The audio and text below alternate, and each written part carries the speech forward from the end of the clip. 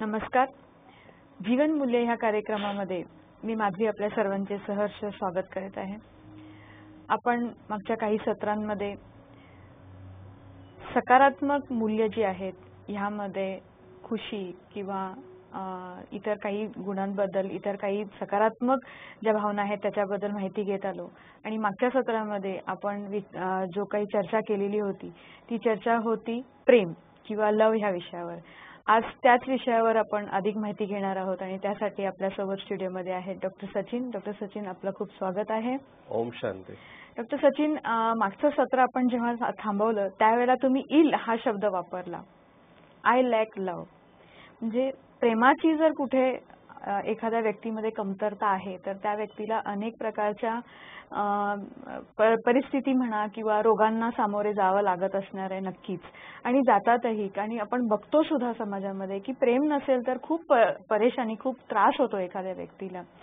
परंतु मला आता असं जाणून तुमच्याकडून घ्यायचंय की प्रेमाच्या काही लेवल्स आहेत का? म्हणजे प्रेम फक्त आपण म्हणतो की जे प्रेम आता एकमेकांमध्ये व्यक्त केलं जातं हे शारीरिक प्रेमच आहे, मग दुसऱ्याही प्रेमाच्या काही प्रकार आहेत का?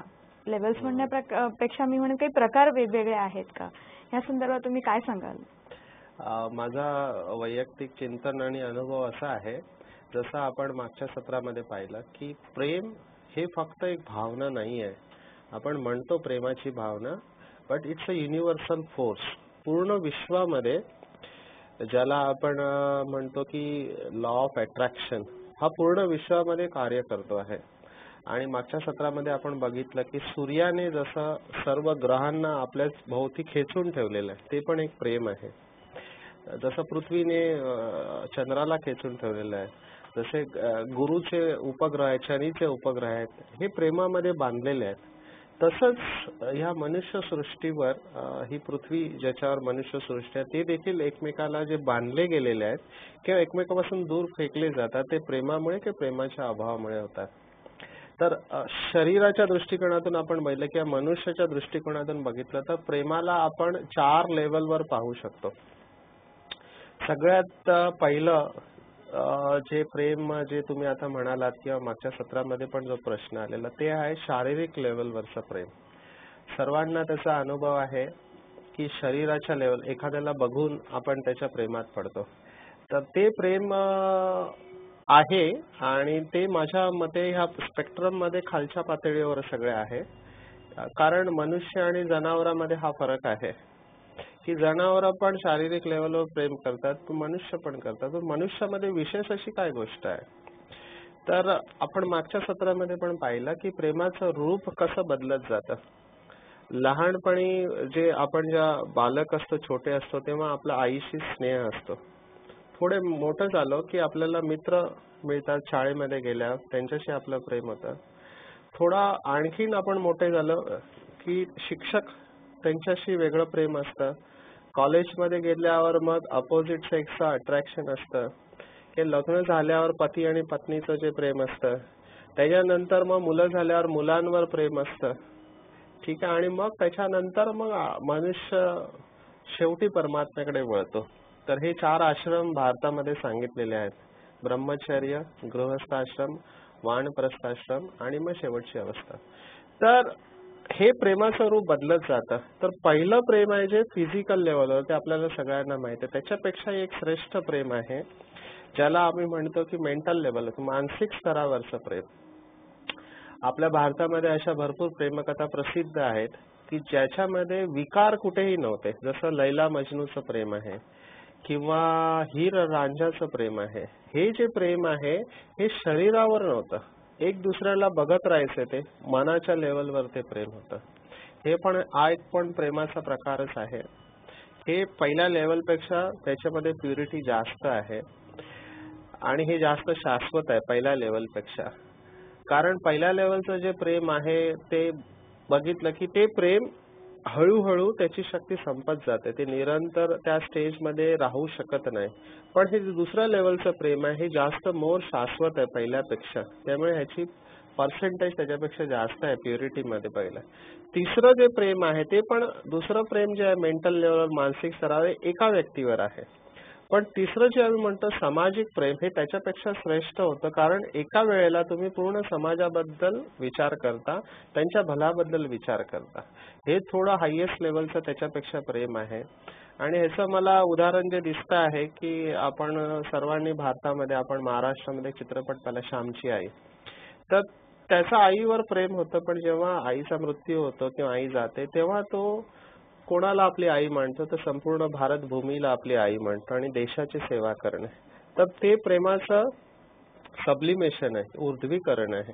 आणि मला सांगायला फार आनंद वाटतो आणि फार अभिमानाने मी जिथे जिथे जातो सांगतो की भारत हा असा एकच देश आहे ज्या देशाला आपण माता म्हणतो.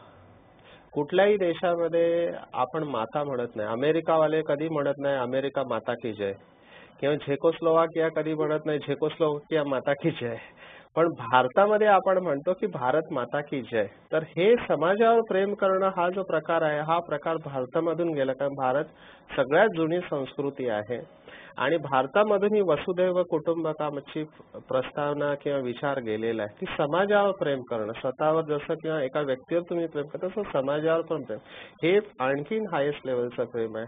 पण सर्वात हायेस्ट जर प्रेम आपण बघायला गेलं ते आहे स्पिरिच्युअल लव्ह, ज्याला आपण म्हणतो की आत्मा का परमात्मा के साथ मिलन, किंवा ज्याला शास्त्रामध्ये लीन अवस्था किंवा ज्याला मुक्तीची अवस्था मांडलेली आहे, ही सर्वात श्रेष्ठ अवस्था आहे. याला वेगवेगळी नावं दिलेली आहेत. ह्याला कुंभमेळा पण म्हटलेलं आहे. कुंभमेळा म्हणजे नदी और सागर का मिलन. तर परमात्मा हा सागरासारखा आहे, तर सागरामध्ये नदी जाऊन मिळणे हे सगळ्यात श्रेष्ठ मिलन आहे. तर ह्याचा अर्थ जो आम्हाला परमात्म्याने सांगितलेला आहे की ह्या वेळेला जे संगम युग चाललेलं आहे, कलियुग संपून सतयुगाचा आधीचा समय आहे, त्या संगम युगावर जेव्हा परमात्मा ह्या सृष्टीवर येतो तेव्हा आत्मे त्या परमात्म्याच्या प्रेमामध्ये लीन होतात. तर लीन होण्याची अवस्था म्हणजे ती आत्मा विनाश नाही पावत, पण त्याच्या प्रेमामध्ये लीन होते. ही जी अवस्था आहे ही प्रेमाची सर्वात श्रेष्ठ अवस्था आहे. आणि ही अवस्था भारतामध्ये, महाराष्ट्रामध्ये पण भरपूर संतांनी अनुभव केलेली आहे आणि त्या अवस्थेमध्ये ते पराकोटीचा अनुभव त्यांनी केलेला आहे. तर ही अवस्था फार सुंदर आहे आणि ह्याचा 1 सेकंडचा अनुभव तुमचं जीवन बदलू शकतो, असा आमचा अनुभव आहे. तर ह्या 4 लेवलवर जर तुम्ही प्रेम बघितलं, शारीरिक, मानसिक, सामाजिक आणि आध्यात्मिक, तर आध्यात्मिक लेवलचं जे प्रेम आहे परमात्म्याशी ते एकदम टॉप लेवलवर येतं आणि त्या प्रेमाचा जेव्हा आपल्याला अनुभव होतो तेव्हा आपण संपूर्ण विश्वाशी, संपूर्ण सृष्टीशी एकरूप झालेलं असतं. याला युनिटी कॉन्शियसनेस म्हणतो. आणि सर्वोच्च अवस्थेचा अनुभव आपण आध्यात्मिक लेवल प्रेमावर गेल्यानंतर करू शकतो. डॉक्टर साहेब, तुम्ही आम्हाला आता वेगवेगळे प्रकार सांगितले, परंतु प्रेम व्यक्त करायच्याही काही वेगवेगळ्या विधी आहेत का? कारण आपण बघतो की प्रेम कोणाला काही विशिष्ट प्रकारेच प्रेम केलेलं आवडतं, तर ह्याच्यातही एक डॉक्टर म्हणून तुम्ही काही विशेष अशा गोष्टी सांगू शकता की प्रेम व्यक्त कसं कोणकोणत्या वेगवेगळ्या पद्धतीने केलं जातं, त्यापैकी कोणतं चांगलं आहे, कोणतं वाईट आहे, किंवा अशी कोणती पद्धती आहे जी चांगली आहे आणि ज्या पद्धतीने आपल्याला प्रेम व्यक्त केलं पाहिजे? माझ्याकडे असे पण व्यक्ती येतात की त्यांना कळतं की माझं प्रेम बसलेलं आहे कोणावर तरी, पण ते व्यक्त करता येत नाही. तर त्यावेळेला ते कन्फ्यूज असतात. तर ते विचारतात की काय करू, आम्हाला काही सुचत नाहीये याच्या वेळेला. पुरुष आणि स्त्री याच्यामध्ये आम्ही बघितलंय की स्त्री ही नेहमी शांत असते, ती बोलत नाही, आणि पुरुष हा आपलं प्रेम व्यक्त करतो सहजासहजी. मला कॉमनली बघितलंय. हल्लीच्या मुली व्यक्त करत असतील, माझा त्याच्याबद्दल जास्त अनुभव नाही आहे, पण आपल्याकडे महाराष्ट्रामध्ये एक गीत आहे, तुम्ही ऐकलं असेल, शुक्र तारा मंद वारा चांदणे पाण्यातून. तर त्याच्यामध्ये एक अशी लाईन येते, त्याच्यामध्ये ती प्रेयसी म्हणते, मी कशी शब्दात मांडू भावना माझ्या तुला, तू तुझ्या समजून गेले लाजणार या फुला. तर इथे फार सुंदर त्या कवीने वर्णन केलेलं आहे की स्त्री शांत असते, ती व्यक्त नाही करत, तर तिला असं वाटतं की समोरच्याने समजून घ्यावं. तर हा आपण फार महत्वाचा प्रश्न मला असं वाटतं की हा प्रश्न जर आपण समजला चांगल्या प्रकारे तर आपले संबंध आपण चांगल्या प्रकारे प्रस्थापित करू शकतो. आपण सर्व वेगवेगळे आहोत, पुरुष किंवा स्त्री, आणि आपल्या सगळ्यांची प्रेम करण्याची पद्धत वेगवेगळी असते. तर ह्या 3 प्रकारामध्ये मेजॉरिटी येतात. काही लोकांना प्रेम असलं किंवा झालं तर त्यांना ते कानाद्वारे ऐकणं त्यांना खूप वाटतं की तुमचं माझ्यावर प्रेम आहे किंवा माझं तुमच्यावर प्रेम आहे, तर त्यांना ते पुन्हा पुन्हा ऐकायचं असतं. तर तुम्हाला जर एखादी व्यक्ती आवडत असेल तर ते तुम्ही व्यक्त केलं पाहिजे, तुम्ही बोललं पाहिजे. ते तुम्ही जेवढं बोलाल तेवढं ते मेसेज पास अक्रॉस होतो आणि ते प्रेमाचा बॉन्ड चांगला राहू शकतो. मी हे काय म्हणतोय, कारण फॉरेन मध्ये आम्ही बघितलं की फॉरेन मध्ये जर नवरा बायको जे हस्बंड वाईफ आहे त्यांनी एक दिवस जरी आपापसामध्ये जर नाही बोलले की आय लव्ह यू हा शब्द त्यांनी नाही वापरला तर दुसऱ्या दिवशी डायव्होर्सचे पेपर रेडी, की तुम्ही आय लव्ह यू नाही म्हणाला याचा अर्थ तुमचं माझ्यावर प्रेम नाही आहे. तर असे एक ग्रुप लोकांचा पडतो ज्यांना ऐकणं फार आवश्यक असतं की ह्याचं प्रेम आहे. ठीक आहे, हा एक ग्रुप झाला. दुसरा ग्रुप जो आहे त्यांना ऐकण्याशी जास्त घेणं देणं नसतं. त्यांचं ते दुसरं एक असतं की प्रेम आहे मला कसं कळणार. तर प्रेम म्हणजे प्रेमामध्ये काहीतरी द्यायचं असतं. तर जेव्हा तुम्ही गिफ्ट देता एखादी, कारण भरपूर लोक बोलतात, आपण ऐकलं असेल की लग्नाला एवढे वर्ष झाले पण काय दिलं मला, अजूनपर्यंत काय दिलं नाही, लग्नाच्या वेळेला जे घेतलं तेच घेतलं, नंतर काहीच नाही घेतलं. तर दोन्हीकडून असू शकतं. तर हेच प्रकार आहे दुसरा प्रेमाचा व्यक्त करण्याचा प्रकार आहे की ज्याच्यावर आपलं प्रेम असतं त्याला आपण काहीतरी गिफ्ट देतो किंवा सौगात देतो. हा एक प्रेम व्यक्त करण्याचा प्रकार असू शकतो. आणि तिसरा प्रकार आहे की काही लोकांना ऐकून आणि सौगात त्यांना स्पर्श हवा असतो, फिजिकल स्पर्श असतो. हा पण एक प्रकार आहे. तर ह्या 3 प्रकारे प्रेम व्यक्त होतं. पण मी ह्या तिघांना स्पिरिच्युअलाइज करायला गेलो तर फार सुंदर याचं स्पष्टीकरण आहे की सौगात प्रत्येक वेळेला स्थूल असायची आवश्यकता नाही. तुम्ही कॉम्प्लिमेंट सुद्धा देऊ शकता. तुम्ही एखाद्या व्यक्तीची विशेषता वर्णन करू शकता, ते पण एक प्रेम आहे. किंवा तुम्ही एखाद्या व्यक्तीला जो आहे जसा आहे तसं स्वीकार करणं हे पण एक प्रेम आहे. आणि तुमचं प्रेम तुमच्या ऍक्शन मधून दिसतं की if you are really respecting that person. कारण असा अनुभव आहे की सुरुवातीला जे आकर्षण वगैरे असतं ते संपून नंतर जे एक आधार हवा असतो एका वयामध्ये. सुरुवातीला ते आकर्षण असतं, नंतर एक सपोर्ट हवा असतो की माझ्या बरोबर कोणतरी आहे जी माझी काळजी घेऊ शकतं. कारण 40, 50, 60 वर्षानंतर तुमच्यामध्ये ते शारीरिक शक्ती राहत नाही, पण एक आधार म्हणून तुम्हाला बरोबर हवा असतो जो तुमचं ऐकून घेऊ शकतो, तुम्हाला समजून घेऊ शकतो. तर अशी व्यक्ती, तर हे प्रेमाचं रूप जे बदलत जातं त्याच्यामध्ये रिस्पेक्ट दुसऱ्या व्यक्तीला देणे हे हायेस्ट फॉर्म ऑफ लव्ह आहे. तर हा रिस्पेक्ट देणं एक दुसऱ्याला हा पण एक प्रेमाचा व्यक्त करण्याचा प्रकार आहे की ज्याच्यावर आपलं प्रेम असतं त्याला आपण अनकंडिशनल ऍक्सेप्टिंग, ह्याला प्रेमाला एक सुंदर शब्द इंग्रजीमध्ये ज्याला म्हणतो अनकंडीशनल लव, बिना किसी शर्त का स्वीकार करना. तो ये स्टेज पर जब हम पहुंचते तो वो भी बहुत अच्छे क्वालिटी का प्रेम माना गया. तो इस प्रकार से प्रेम को व्यक्त किया जा सकता है. तर तसं तुमच्या एकंदरीत बोलण्यावरून असं जाणवतं की प्रेम जे आहे ते खूपच असा एक घटक आहे जीवनामधला जो खूप महत्त्वपूर्ण आहे आणि तो फक्त बाह्य नसून खूप जास्त तो आंतरिक आहे. तर नक्कीच जिथे तुम्ही आम्हाला त्याचा इफेक्ट, त्याचे जे काही परिणाम आहेत ते शरीरावरचे सांगितलेत, तर इथे आत्म्यावर किंवा सोल ज्याला आपण म्हणतो किंवा मनावर ह्याचे काय परिणाम होत असतील प्रेमाचे, असलं तर आणि नसलं तर? डेफिनेटली, का नाही. आपण बघितलं की प्रेमाचा हायेस्ट फॉर्म आहे स्पिरिच्युअल फॉर्म आलो की आध्यात्मिक प्रेम, की आत्म्याचं परमात्म्यावर प्रेम. जेव्हा आपण त्या स्टेजला पोहोचतो त्यावेळेला आपण स्वतःचेच नाही परंतु विश्वासाठी एक आधार बनतो. पूर्ण विश्वाची समस्या संपवण्याची शक्ती आपल्यामध्ये परमात्मा भरतो. म्हणजे आपल्या मनामध्ये एवढी ताकद येते. तुम्ही जर ऑब्झर्व केलं असेल की ख्रिश्चन धर्म जो आहे, ख्रिश्चन धर्माचं फाउंडेशन जर तुम्ही बघितलं तर त्यांनी सांगितलंय गॉड इज लव्ह. महाराष्ट्रामध्ये किंवा भारतामध्ये पण म्हटलेलं आहे, गीत आहे तुम्ही ऐकलं असेल, तू प्यार का सागर तेरे एक बूंद के प्यासे हम. तर त्याच्यामध्ये एवढी शक्ती आहे की आपलं मन एवढं शक्तिशाली बनतं त्या अवस्थेमध्ये की आपण एका जागेवर बसून संपूर्ण विश्वातील लोकांना एकत्र बांधू शकतो, जी सध्या फार मोठी आवश्यकता आहे. सध्या आपापसामध्ये प्रेम राहिलेलं नाही आहे. माझ्या मते आध्यात्मिकतेचा सगळ्यात मोठा रोल आहे की लोकांनी एक दुसऱ्याला रिस्पेक्ट देणं. पण हे रिस्पेक्ट देणं तेव्हाच होऊ शकतं जेव्हा आपलं मन शक्तिशाली. तर मनावर डेफिनेटली इफेक्ट होतं. आपलं मन निरंतर पॉझिटिव्ह राहतं.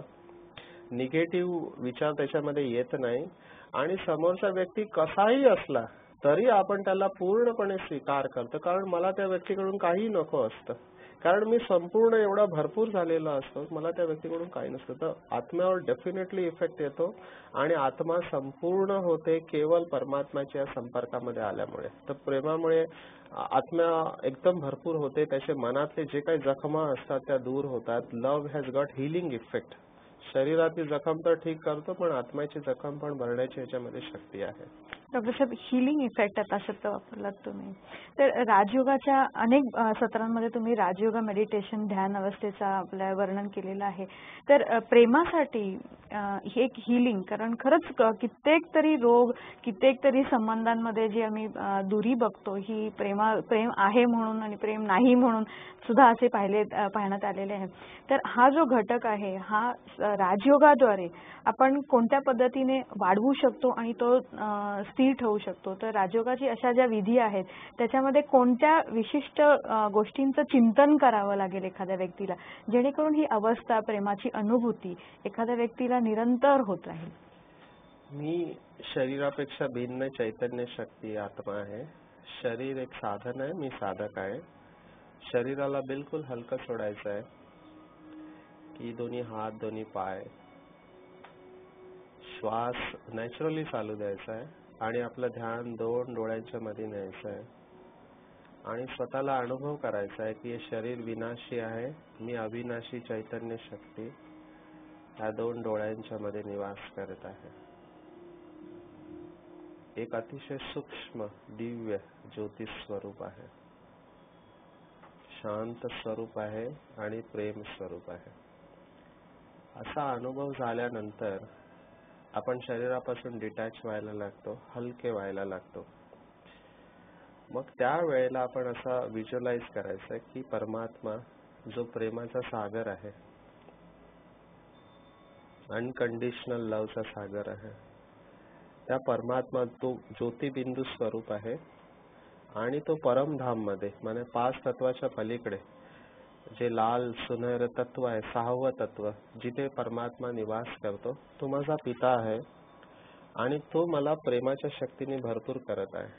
तर त्या ज्योतीपासून, महाज्योतीपासून माझ्याकडे प्रेमाचा रंग येत आहे आणि तो रंग आपण ग्रीन कलर मध्ये व्हिज्युअलाइज केला की ग्रीन कलर, हिरव्या रंगाचा प्रकाश वरून माझ्याकडे येत आहे आणि इथे 2 डोळ्यांच्या मध्ये मी त्याला स्वीकार करत आहे. तर तो प्रकाश आपण स्वीकार जसा करत जाऊ तसा आपल्या शरीरामध्ये त्याचा अनुभव आपल्याला व्हायला लागेल आणि तो अनुभव शरीरामध्ये कुठे जातोय त्याच्यावर आपण लक्ष द्यायचं. जर तुमच्यामध्ये प्रेमाचा अनुभव हृदयामध्ये तुम्ही अनुभव करत असाल, जे कॉमन स्थान आहे, तर त्या ठिकाणी तो रंग तुम्हाला ट्रान्सफर करायचा आहे. तो प्रेमाचा प्रकाश हिरव्या रंगाचा माझ्या हृदयामध्ये आणि सर्व रक्तवाहिन्यांमध्ये पसरत आहे. माझ्या नसानसांमध्ये परमात्म्याची प्रेमाची शक्ती पसरत आहे आणि माझं शरीर आणि मन शक्तिशाली होत चाललेलं आहे. शरीरातील प्रत्येक पेशी प्रेमाच्या शक्तीने भरपूर होत चाललेली आहे. असा अनुभवामध्ये जास्तीत जास्त राहण्याचा आपण प्रयत्न केला तर हळूहळू आपल्याला असं वाटेल की मी एकदम हलका झालेलो आहे. माझ्या हृदयाची जी गती आहे, जे ठोके आहेत, जे भरपूर फास्ट चालत होतं ते स्लो व्हायला लागेल. तुमच्या शरीरामध्ये कुठेही दुखणं असेल, पाय, कंबर किंवा खांदे, मान किंवा डोकं, तो दुखणं पण हळूहळू कमी व्हायला लागतं आणि शरीरामध्ये एक वेगळाच आनंदाचा अनुभव होतो आणि तुमचं देहभान त्याच्यामध्ये तुम्ही एकदम हरपून जाता. त्या अवस्थेमध्ये तुम्ही जास्तीत जास्त राहायचा प्रयत्न करायचा आहे आणि ही अवस्था तुम्ही जर मेंटेन केली तर दिवसभर या अवस्थेमध्ये तुम्ही राहू शकता. ह्याच्यामध्ये आणखीन एक विचार तुम्ही करू शकता की परमात्मा साजन है और मैं उसकी सजनी हूँ. तर हा जो प्रियकर आणि प्रेयसीचा संबंध आहे हा पण तुम्ही परमात्म्याशी अनुभव करू शकता. परमात्म्याशी सर्व संबंध आपण अनुभव करू शकतो. भारतामध्ये, महाराष्ट्रामध्ये सुद्धा आपण एक आरती नेहमी म्हणतो, त्वमेव माताश्च पिता त्वमेव, त्वमेव बंधुश्च सखा त्वमेव. त्वमेव सर्व मम देवदेव. तर परमात्म्याकडून हे सर्व संबंधाचे अनुभव आपण ह्या मेडिटेशन मध्ये करू शकतो, राजयोग मेडिटेशन मध्ये, कि वो मेरे माता पिता है, मैं उसकी संतान हूँ. वो मेरा टीचर है, परम शिक्षक है और परम ज्ञान मुझे दे रहा है. वो सद्गुरु है, मुझे वरदान दे रहा है. त्याच्याकडून संपूर्ण वरदान माझ्याकडे येत आहे ह्याचा अनुभव करायचा. त्याच्याकडून खुदा दोस्त आहे, तो माझा मित्र आहे आणि त्याच्याकडून मित्रत्वाच्या भावनेचा अनुभव करा. हे सगळे तुम्ही इमोशन्स जर स्वतःमध्ये अनुभव करायला लागलात तर हळूहळू तुम्हाला असा अनुभव होत जाईल की तुम्ही एकदम संपूर्ण होत चाललेला. आणि तुमची डिपेंडन्सी जी असते, ह्या योगाला सर्वश्रेष्ठ का म्हटलेलं आहे, कारण आपण सध्या जे प्रेम शोधतोय ते बाहेर शोधतोय, व्यक्तीमध्ये किंवा वस्तूमध्ये.